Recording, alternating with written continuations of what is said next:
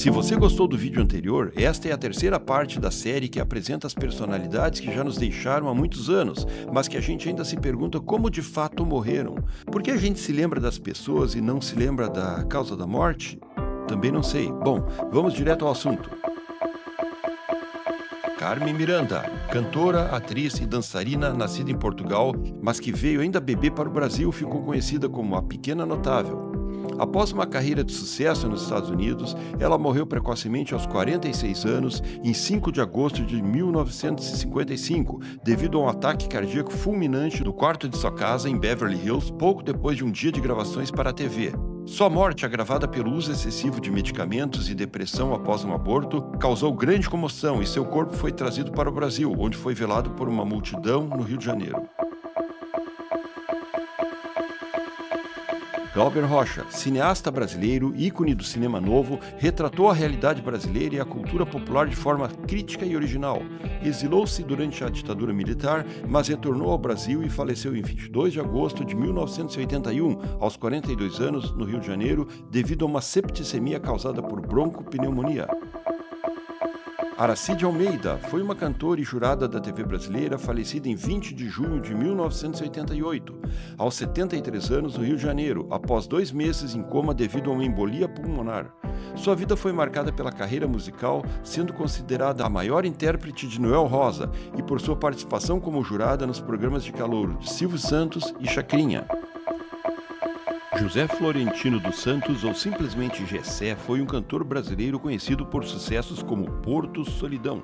Sua vida foi interrompida tragicamente em 29 de março de 1993, aos 40 anos, quando sofreu um grave acidente de carro a caminho de um show no Paraná. Gessé chegou a ser encaminhado à Santa Casa de Ourinhos, em São Paulo, mas morreu em decorrência de um traumatismo craniano. Sua esposa, grávida, perdeu o bebê, mas sobreviveu. O carro de Gessé capotou numa curva a 190 km por hora. Clara Nunes, uma das maiores intérpretes da música brasileira, morreu aos 40 anos em 2 de abril de 1983, devido a um choque anafilático e parada cardíaca após uma cirurgia de varizes numa clínica do Rio de Janeiro. Ela passou 28 dias em coma antes de sua morte. Sua carreira foi marcada pela fusão de samba e religiosidade afro-brasileira, com grande ligação à escola de samba Portela. Bolinha, o apresentador de televisão e radialista Edson Cabariti Curi, seu nome de batismo, ficou conhecido pelo programa Clube do Bolinha, na TV Bandeirantes. Com um estilo brega assumido, seu programa serviu de vitrine para muitos artistas brasileiros. Bolinha faleceu em 1º de julho de 1998, aos 61 anos, de câncer no aparelho digestivo, que evoluiu para uma insuficiência cardíaca e respiratória. Apesar do sucesso, relatos indicam que ele morreu na miséria. Flávio Cavalcante foi um apresentador de TV polêmico e carismático que marcou época no Brasil, conhecido por seu estilo peculiar e sério. Ele faleceu em 26 de maio de 1986, aos 63 anos, após sofrer uma isquemia aguda do miocárdio enquanto apresentava seu programa ao vivo no SBT em São Paulo. Ronald Golias, renomado comediante e ator brasileiro, partiu em 27 de setembro de 2005, aos 76 anos, em São Paulo. Sua carreira foi marcada por ter sido um dos pioneiros da televisão brasileira e pela criação de personagens icônicos como Bronco e Pacífico. A morte foi causada por uma infecção pulmonar que evoluiu para uma infecção generalizada. Hugo Carvana, ator e diretor de cinema brasileiro, morreu em 4 de outubro de 2014, aos 77 anos, no Rio de Janeiro, devido a complicações de um câncer de pulmão. Ele também sofria do mal de Parkinson há cerca de 5 anos. Zé do Caixão, cujo nome de batismo era José Mujica Marins, foi um cineasta pioneiro do terror brasileiro que morreu aos 83 anos em 19 de fevereiro de 2020, em São Paulo, devido a uma broncopneumonia.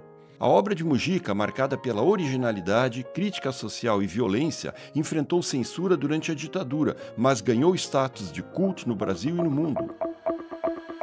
Cláudio Cavalcante, ator, diretor e político brasileiro defensor da causa animal, morreu em 29 de setembro de 2013, aos 73 anos. Ele havia passado por uma cirurgia de coluna, mas sofreu choque cardiogênico e insuficiência renal, que o levaram à falência múltipla de órgãos. O humorista Paulo Silvino faleceu aos 78 anos em sua casa na Barra da Tijuca, no Rio de Janeiro, em 17 de agosto de 2017, em decorrência de um câncer no estômago. O artista lutava contra a doença desde o ano anterior, mas o câncer se espalhou.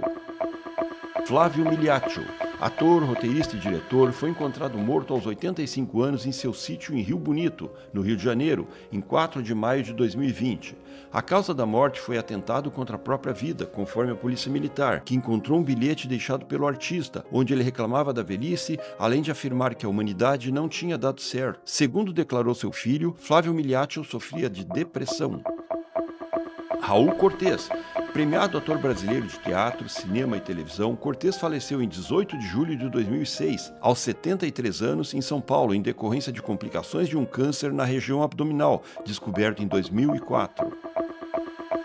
Elza Soares, a cantora que foi eleita Voz do Milênio pela Rádio BBC de Londres em 1999, faleceu em 20 de janeiro de 2022, aos 91 anos no Rio de Janeiro, por causas naturais, sem uma doença específica declarada. Por triste coincidência, seu falecimento ocorreu exatamente 39 anos após a morte de seu ex-marido, Garrincha.